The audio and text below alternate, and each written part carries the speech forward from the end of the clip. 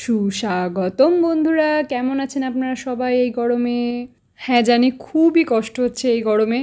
বাইরে তো অসহ্যকর গরম, আর বাড়িতে ঢুকে প্রথমে একটু শান্তি মনে হলো, তারপর যেকে সেই ফ্যান ছাড়া 1 মিনিটও থাকা যাচ্ছে না, তাই না বলুন?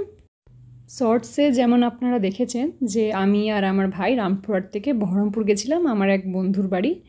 সেখান থেকে আমরা হঠাৎ প্ল্যান করি রাত্রিবেলায়, তো আমরা পরের দিন বেরিয়ে পড়ি নদিয়া জেলাতে বেথুয়াডহরির উদ্দেশ্যে। এটি কৃষ্ণনগর সদর মহকুমার অন্তর্গত নাকাশিপাড়া ব্লকের অধীন। এই যে আমরা পৌঁছে গেছি অভয়ারণ্যে। আচ্ছা, যাওয়ার ডিটেলসটা একটু বলে দিই। সিট যদি পাই তাই জন্য আমরা বহরমপুর কোর্ট থেকে না ধরে কাসিমবাজার রেলওয়ে স্টেশন থেকে ট্রেন ধরেছিলাম, লালগোলা শিয়ালদা প্যাসেঞ্জার, ওই 8:16 কি 17-তে ট্রেন সকালবেলায়। তো সেটা ধরে বেথুয়াডহরি স্টেশনে পৌঁছে গেছিলাম। যেই কটেজগুলো দেখলেন সেখানে থাকা যায়, মানে সাধারণ মানুষ থাকতে পারে। তবে আমরা শুনলাম যে এখানে এখন কাজ চলছে কিছুদিন ধরে। এই যে আমি पंछी बनूं उड़ती फिरूं मस्त गगन में मोटू पतलू की जोड़ी।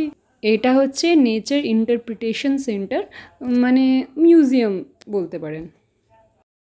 এইগুলো কিন্তু যতই ভালো ক্যামেরা হোক, ক্যামেরা বন্দি কিন্তু এক্স্যাক্ট হতে পারে না, তাই না বলুন? চোখে দেখে যে সুখটা পাওয়া যায় সেটা কিন্তু ক্যামেরাতে দেখে পাওয়া যায় না। তারপরে যেহেতু কাঁচ দিয়ে এটাকে প্রোটেক্ট করা আছে, তাই জন্য ক্যামেরাতে আরও প্রবলেম হচ্ছে নিতে। বাকি আপনারা অনুমান লাগাতে পারেন যে কী সুন্দরভাবে এগুলোকে করা আছে।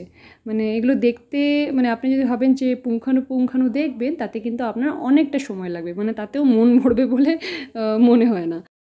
এরকম বা এর থেকে আরও বেশি ভালো রাজগীরে দেখেছিলাম আমরা, মহাবীরের এক মন্দির ছিল, সেখানে মিউজিয়াম ছিল, ওনাকে নিয়েই সব কিছু করা ছিল আর কি মিউজিয়ামের মধ্যে, জন্ম থেকে একদম শেষ অবধি। তো সেইটা যেন আরও বেশি মোহিত করছিল, মানে দেখেও মনে শান্তি মিটছিল না। অনেক মডেল ছিল, অনেকটা জায়গা জুড়ে। যারা গেছেন বা যাবেন, মানে আমি তো হাইলি রিকমেন্ড করব যে রাজগীরে যদি যান তবে ওই মন্দিরটি অবশ্যই দেখে আসবেন। সেখানকার ভিডিওটাও আমার চ্যানেলে দেওয়া আছে, যদি আপনারা বলেন আপনাদের সেই ভিডিওর লিঙ্ক আমি দিয়ে দিতে পারি, কেমন?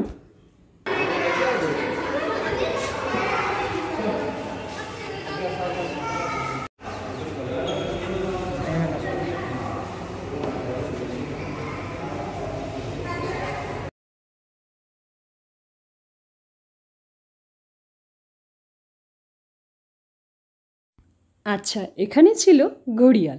ঘড়িয়াল বলতে যারা জানেন না তাদের জন্য বলছি, যেটাকে বাংলায় বলে কুমির বা হিন্দিতে বলে মগরমাছ।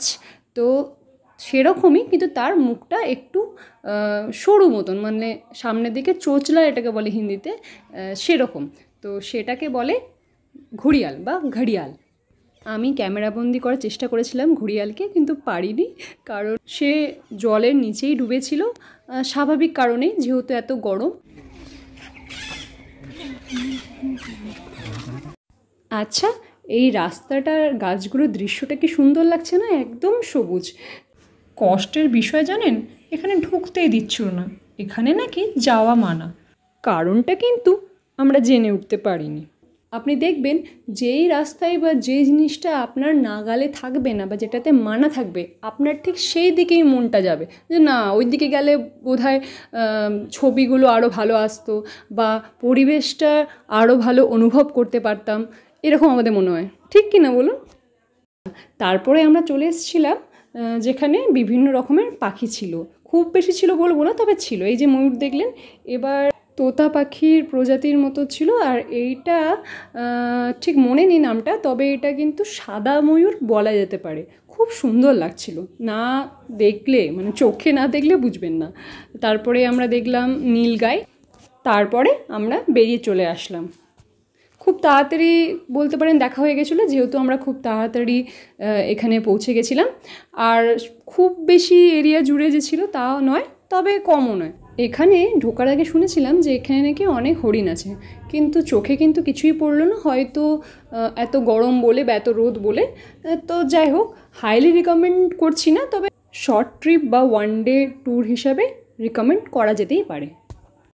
বেথুয়াডহরি সেঞ্চুরি থেকে বেরিয়ে স্টেশনে নেমে আমরা দুপুরে খাওয়া দাওয়া করে ট্রেন ধরে ফিরলাম বহরমপুর কোর্টে। নেমে ই রিক্সা ধরে একদম সোজা বাড়ি। তারপর রেস্ট করে আবার বেরিয়েছিলাম। দেখতে হলে চোখ রাখতে হবে আমার চ্যানেলে। কেমন লাগলো ভিডিওটি অবশ্যই জানাবেন। খুব ভালো থাকবেন, ধন্যবাদ। আরে আরে দাঁড়ান, একটা কথা তো বলাই হয়নি। এত গরম থাকা সত্ত্বেও এই অভয়ারণ্যে ঢোকার পরে সেরকম গরম কিন্তু লাগেনি। তাহলে কি বুঝলেন? হ্যাঁ, একদম ঠিক, বেশি করে গাছ লাগান।